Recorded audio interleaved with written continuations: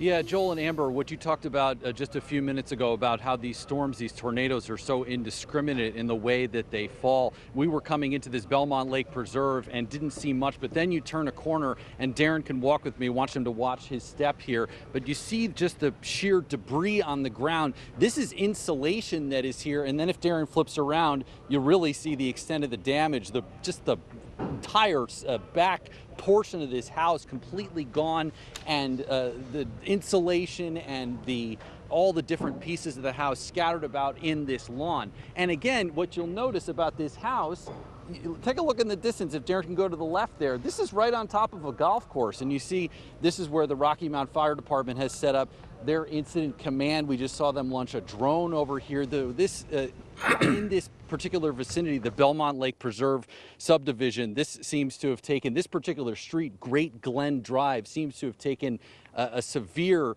brunt of the damage here. And then if we walk over on the other side, you see more debris, and you see some sort of piece of patio furniture here, some sort of table, and then in the distance, a couch perhaps. I don't want to get too close. All different kinds of chairs and debris. Hard to tell exactly what is over there. Again, this is where Rocky Mount Fire Department has set up its incident command. So we get the sense that this is where the brunt of that damage here is, in the Belmont Lake Preserve community. I went up to the fire department and asked them for a bit more information about injuries out here. They would not say. They just instead directed us to City Hall, where the fire chief of Rocky Mount will be doing a news conference at 5:30. We're going to try and talk to some folks on this street here to make sure they are okay. They did look okay from the distance, but we're going to see if we can hear their stories this afternoon. Joel and Amber, I'll send it back to you.